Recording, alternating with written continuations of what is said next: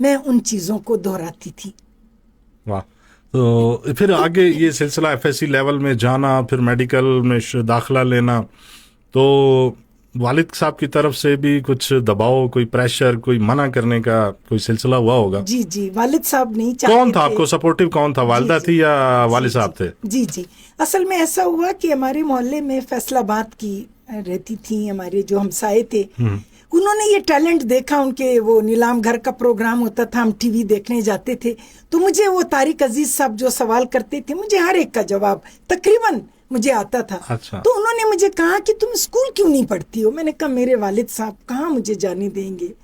تو میرا داخلہ وہ اپنے اسکول میں لے کے گئی. مجھے جب میرا ٹیسٹ لیا تو مجھے 5ویں کلاس میں بٹھا دیا. 5ویں کلاس بھی میں نے ٹاپ کیا. ٹاٹ والا اسکول تھا, ٹن ٹاؤن اسکول. اس کے بعد لیڈی سنڈیمن اسکول. بڑی مشکلوں سے پڑھا. میٹرک میں جب میں نے فرسٹ پوزیشن لی پورے اپنے اسکول میں, اور کوئٹہ کا جو تھا اس میں نے ٹاپ کیا. میرا نام ابھی بھی لیڈی سنڈیمن اسکول کے آنر بورڈ پہ لکھا ہوا ہے. تو جب اخباری نمائندے آئے, وہ جو انٹرویو کرتے ہیں, تو اتفاق سے والد صاحب نماز پڑھ کے آ رہے تھے. تو والد صاحب کو کہا کہ عائشہ کا انٹرویو کرنے آئے ہیں, یہ بی بی عائشہ کدھر ہے؟ والد صاحب نے کہا ادھر کوئی بی بی عائشہ نہیں رہتی ہے. اور گھر آ کے والدہ کو بہت برا بھلا کہا کہ دیکھیں روڈ پہ جو ہے وہ آپ کی بیٹی کا نام لیا جا رہا ہے. تو وہ دن بھی میں بڑا روئی تھی کہ میں نے کہا دیکھیں کہ میری پوزیشن آئی ہے, اخبار میں میرا نام آیا ہے.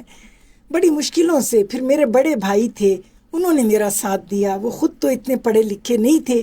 میں نے بتایا کہ بادزئی قبیلے کے لڑکے تھے, پڑھائی کا کوئی رجحان ہی نہیں تھا, اور ذہن میں اس وقت لوگوں کے یہی تھا کہ اگر کوئی پڑھائی کرتا ہے تو وہ گورنمنٹ کا ملازم بنتا ہے, حکومت کا غلام بنتا ہے. تو لیکن میرے بھائی جو تھے, بڑے بھائی, وہ ایسے لوگوں میں ان کا اٹھنا بیٹھنا تھا. ان کو تعلیم کی قدر تھی. خود تو اتنا نہیں پڑھ سکے, میٹرک بھی نہیں کیا تھا, لیکن میری انہوں نے جو تھی وہ حوصلہ افزائی کی. اور گورنمنٹ گرلز کالج جو تھا اس میں میرا ایڈمیشن ہوا. FSC بھی میں نے ٹاپ کی. اور میں اردو میڈیم کی تھی, میں نے گھر میں ہی سب کچھ پڑھا ہوا تھا. FSC میں پھر مجھے فاطمہ جناح میڈیکل کالج لاہور میں میری سیٹ ہوئی. جس دن مجھے جانا تھا فاطمہ جناح میڈیکل کالج, اس دن بھی گھر میں بہت بڑا ہنگامہ ہوا. والد صاحب نہیں چاہتے تھے. میں نے ان کو کہا کہ یہ لڑکیوں کا کالج ہے, لیکن مجھے یاد ہے کہ اس دن بھی جو میرا اپنا جو سگا بھائی تھا اور جو دوسرے چھوٹے بھائی تھے, انہوں نے بھی بہت گھر میں کورام مچایا. لیکن اللہ پاک نے یہ عزت مجھے دینی تھی, اور بڑی مشکلوں سے اللہ تعالیٰ سے دعائیں مانگ مانگ کے میں فاطمہ جناح میڈیکل کالج پہنچ گئی. ماشاءاللہ جی, آپ ایک آج بہت بڑے مقام پہ ہیں, ورلڈ لیول پہ آپ ہیلتھ کے شعبے میں اپنی خدمات سر انجام دے رہی ہیں.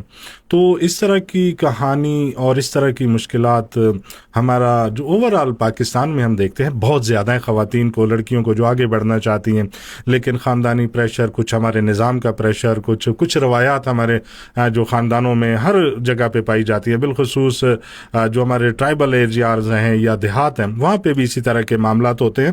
تو یہاں پہ کوئی آپ کے متعلق ہے کہ یہ جو ذرا پہ ہم یہ تعارف کروائیں کہ یہ فیگو جو انٹرنیشنل فیڈریشن آف آبس اینڈ گائنی ہے, اس کے متعلق بتائیں کہ یہ عالمی سطح پہ کیا کام کر رہی ہے اور پاکستان میں اس کا کیا کردار ہے. جی جی, انٹرنیشنل فیڈریشن آف آبس اینڈ گائنی جیسا کہ میں نے بتایا 1954 میں اس کا قیام ہوا. یہ عورتوں اور بچوں کی صحت کے بارے میں پوری دنیا میں کام کر رہی ہے تاکہ عورتوں کی صحت صحیح ہو.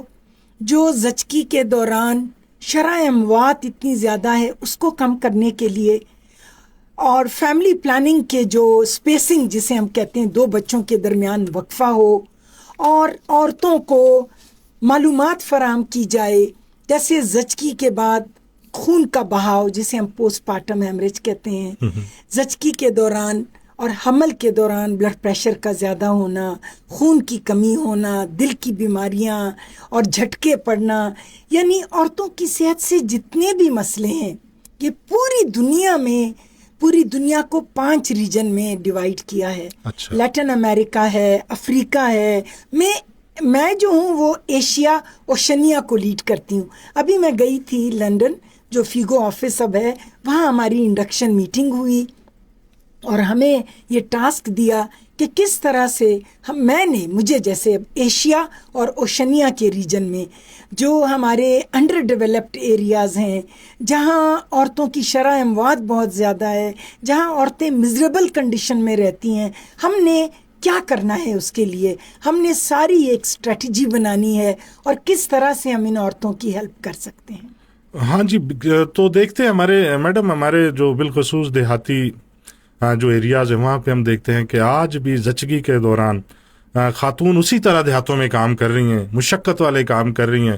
ایون کہ جب زچگی کا ٹائم آتا ہے تو بیل گاڑیوں پہ, گدا گاڑیوں پہ, ٹریکٹر پہ خواتین کو کوئی چھوٹے موٹے جو ڈسٹرکٹ جو ہیلتھ سینٹر بنے ہوئے ہیں وہاں پہ لے جانے کی کوشش کی جاتی ہے. تو اس سلسلے میں یہ جو انٹرنیشنل تنظیم ہے جس کی آپ حال ہی میں ٹرسٹی بنی ہیں, تو یہ تنظیم وہاں تک پیغام پہنچانے کے سلسلے میں کیا اقدامات کرے گی؟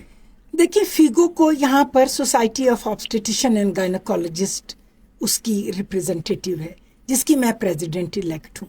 ہم یہ چاہتے ہیں کہ آپ بالکل صحیح کہہ رہے ہیں, جو ہمارے دور دراز کے علاقے ہیں جہاں پر ایک تو فیملی پلاننگ کا کوئی تصور نہیں ہے اور وہاں پر عورتوں کی جو زچگی ہے وہاں پر ماہر نہیں موجود ہیں, جیسے وہاں پر ٹریڈیشنل برتھ اٹینڈنٹس جو دائیاں ہیں مینلی, یا گھر کی جو بڑی بوڑھی ہوتی ہیں, وہ ڈیلیوری کا جو پروسیس ہوتا ہے ان کی سپرویژن میں ہوتا ہے.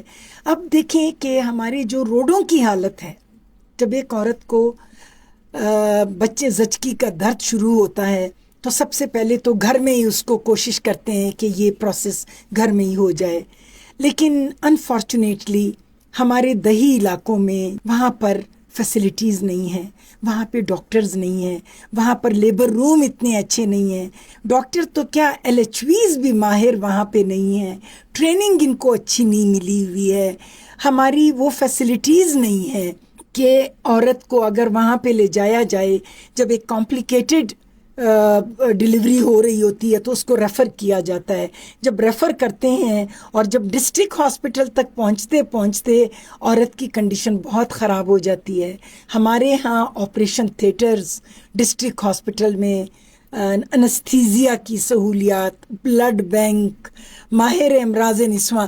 دیکھیں کہ جب ماہر گائنیکولوجسٹ نہیں ہوگی, انستھیٹسٹ نہیں ہوگا, بلڈ بینک نہیں ہوگا, اچھا آپریشن تھیٹر نہیں ہوگا, تو عورت کی پراپر کیئر نہیں ہوگی. اور یہی وجہ ہے کہ بلوچستان میں عورتوں کی شرح اموات 800 عورتیں مرتی ہیں جب 1 لاکھ بچے پیدا ہوتے ہیں.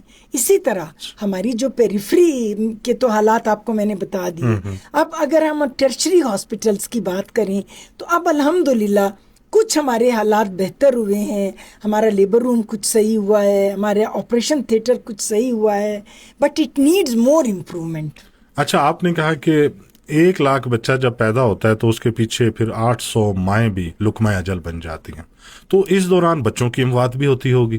بالکل بالکل, اس کو جو نیونیٹل ڈیتھس ہیں, نرسریز ہمارے پاس بہت کم ہیں. جس طرح آپ دیکھیں کہ دنیا میں میٹرنل اینڈ چائلڈ ہیلتھ کے سینٹرز ہوتے ہیں اور یہ state of the art centres ہوتے ہیں. دیکھیں جو بھی ایک نیا سیکریٹری ہیلتھ آتا ہے, منسٹر ہیلتھ آتا ہے, they try their level best. ہمیں اپنی پالیسیز کو دیکھنا ہے. ایک تو آئے دن ہمارے سیکٹریز چینج ہو رہے ہوتے ہیں. جب ہم 2 سال 1 سال 6 مہینے جب ہم اس بیوروکریٹ کو, جو ہمارے سیکٹری ہیلتھ صاحب ہوتے ہیں, ان کو جب ہم سارا سسٹم بتاتے ہیں, ان کو جب سمجھ آ جاتی ہے, پتہ چلتا ہے کہ سیکٹری ہیلتھ کو چینج کر دیا ہے, تبادلے کا وقت آ گیا ہے. تو یہ چیزیں جو ہیں, میں سمجھتی ہوں کہ ہمارے ہیلتھ ڈپارٹمنٹ بہت کام کر رہا ہے, دن رات کام کر رہے ہیں, لیکن بجٹ ہمارا بہت کم ہے. ٹرانسپیرنسی ہونی چاہیے. اور میں یہ سمجھتی ہوں کہ عورتوں کی صحت کے لیے ایک الگ سے budget who, maternal and child health کے سینٹر ہوں. آپ دیکھیں پورے پاکستان کے جتنے بھی بڑے بڑے شہر ہیں, وہاں پر میٹرنل اینڈ چائلڈ ہیلتھ, جناح میں دیکھیں کتنا خوبصورت, کتنا بڑا اسٹیٹ آف دا آرٹ ہے.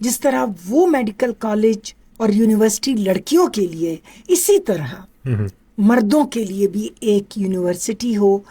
کیونکہ یہ آپ نے بہت اچھی بات کی کہ بچیاں ڈاکٹر بننے کے بعد ان کی جب شادیاں ہوتی ہیں ان کو گھر بٹھایا دیا جاتا ہے اور وہ سیٹ ضائع ہو جاتی ہے. حالانکہ اگر جیسے میں FCPS میں دیکھوں بچیاں زیادہ پوسٹ گریجویشن کر رہی ہیں، لیکن شادی کے بعد، شادی کا تو میں کہتی ہوں اچھا ہے کہ ایج ہوتی ہے 22 سال میں 23 سال میں بالکل شادی ہو جانی چاہیے، لیکن جب شادی ہوتی ہے تو اس بچی کے ٹیلنٹ کو ضائع نہ کیا جائے، وہ اس کو پڑھنے دیا جائے، اس کو اپنی جو اس نے سیٹ لی ہے، جو حکومت نے اس پہ اتنا انویسٹمنٹ کی ہے، اس کو ضائع نہ کیا جائے. ہاں بالکل، ایک بہت بڑی انویسٹمنٹ ہے اور ایک بہت لمبا عرصہ لگا ہے، ایک سٹرگل لگی ہے. ڈاکٹری کی جو پڑھائی ہے ظاہر ہے کہ ایک مشکل پڑھائی ہے اور اس میں بہت زیادہ کنڈی لگا کے کمرے کو پڑھنا پڑتا ہے. تو اسی طرح ہم دیکھتے ہیں کہ جو میڈیسن کے شعبے میں، ڈاکٹری کے شعبے میں خواتین جانا بھی چاہتی ہیں تو ماں باپ کا پریشر یہ ہوتا ہے کہ گائنی کی فیلڈ میں چلے جاؤ. زیادہ تر خواتین گائنی کی فیلڈ میں جانا پسند کرتی ہیں، حالانکہ اور بھی بہت سارے شعبے ہیں، ہیلتھ کے بہت سارے شعبے ہیں. یہ کیا وجہ ہے کہ گائنی میں ان کو فلیکسیبلٹی میسر ہے یا پھر دیگر شعبے ہیں زیادہ مشکل ہیں؟ کیا معاملہ ہے؟ جی میں آپ کو بتاؤں کہ آج کل بچیاں جو ہیں وہ گائنی میں نہیں آ رہی ہیں. اچھا. اور گائنی اینڈ آپس کا جو شعبہ ہے، اگر آپ جیسے میں UK میں تھی اور جیسے میں ابھی باہر ملکوں میں جاتی ہوں، گائنی اینڈ آپس ایک ایسا شعبہ ہے جس میں 24 گھنٹے آپ کو ایمرجنسی کا سامنا کرنا پڑتا ہے. اچھا. اور ایک عورت وہ گھر بھی سنبھالتی ہے، بچے بھی سنبھال رہی ہے، شوہر کا بھی خیال رکھ رہی ہے. یہ فیلڈ میرے خیال میں عورتوں کے لیے بالکل مناسب نہیں ہے. اچھا، مناسب نہیں، بالکل مناسب نہیں ہے. دیکھیں، ڈاکٹر نہ مرد ہوتا ہے نہ عورت ہوتی ہے. میرے خیال میں گائنی اینڈ آپس کے لیے مردوں کا ہونا بہت ضروری ہے. اچھا. اور چونکہ آدھی رات کو بھی ایک ایمرجنسی آ جاتی ہے، اور جب ایک عورت کی بچہ‌دانی پھٹ گئی ہے، اس کا بلیڈر جو مثانہ ہے وہ رپچر ہو گیا، اس کی گٹ کو ڈیمیج ہو گیا، تو ہم میل سرجن کو بلاتے ہیں. تو میرے خیال میں عورتوں کو، وہ عورتیں جو اس فیلڈ کو نہیں اتنا افورڈ کر سکتی ہیں، یعنی رات کو بھی جانا، دن کو، ان کی جو ہے نا فیملی جو ہے وہ سفر ہوتی ہے. لڑکیوں کو تو میرے خیال میں اب آئی اسپیشلسٹ، اسکن اسپیشلسٹ، سائیکیٹری اور جو دوسرے شعبے ہیں اس میں آنا چاہیے. ہم نے اب یہ دیکھا ہے کہ ہماری بچیاں جو ہیں وہ ابھی گائنی سے تھوڑا سا ان کا ذہن اب دوسرے شعبوں کی طرف آ گیا ہے، جو ایک خوش آئند بات ہے. اچھا، ہمارے یہاں تو ہاسپٹل میں ایسے واقعات بھی دیکھنے کو ملتے ہیں کہ اگر لیڈی ڈاکٹر دستیاب نہیں ہے تو ہنگامہ کھڑا ہو جاتا ہے، توڑ پھوڑ شروع ہو جاتی ہے، بہت بڑا ایک ہنگامہ ہو جاتا ہے کہ لیڈی ڈاکٹر کیوں دستیاب نہیں ہے، ہم نے مرد ڈاکٹر کو اپنی عورت کو نہیں دکھانا.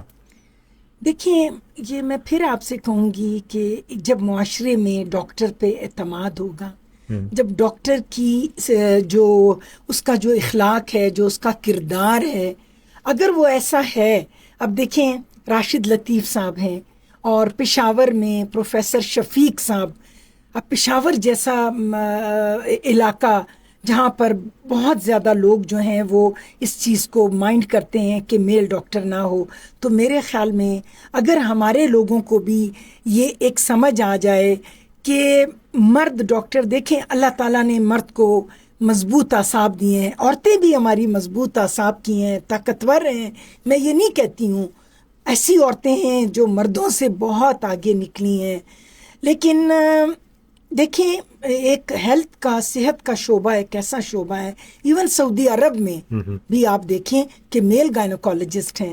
ہمیں تھوڑا سا اپنے لوگوں کی ذہن کو بدلنا ہوگا. ابھی آپ دیکھیں کہ ہمارے جو ہمسایہ ممالک ہیں وہاں پر تو عورتوں کو پڑھنے کے لیے بھی نہیں دیا جا رہا ہے، تو وہاں پہ مرد ہی یہ سب کچھ کر رہے ہیں. ہم نے اپنی سوچ بدلنی ہوگی. ہمارے جو میل ڈاکٹرز ہیں ان کو اپنے آپ کو بدلنا ہوگا، ان کو اپنے کردار کو بدلنا ہوگا، اور ایک ایسی مثال قائم کرنی ہوگی کہ اب دیکھیں اپینڈکس کا آپریشن بھی میل کر رہا ہے، ہرنیا کا بھی میل کر، فیمیل سرجن تو بہت کم ہیں. تو اگر ایک اعتماد آ جائے اور اگر ہم اللہ اور رسول کے اصولوں کو دیکھ کر ہم اپنے شعبے میں رہیں تو میرے خیال میں یہ اعتماد ہمارے لوگوں میں بالکل آئے گا انشاءاللہ۔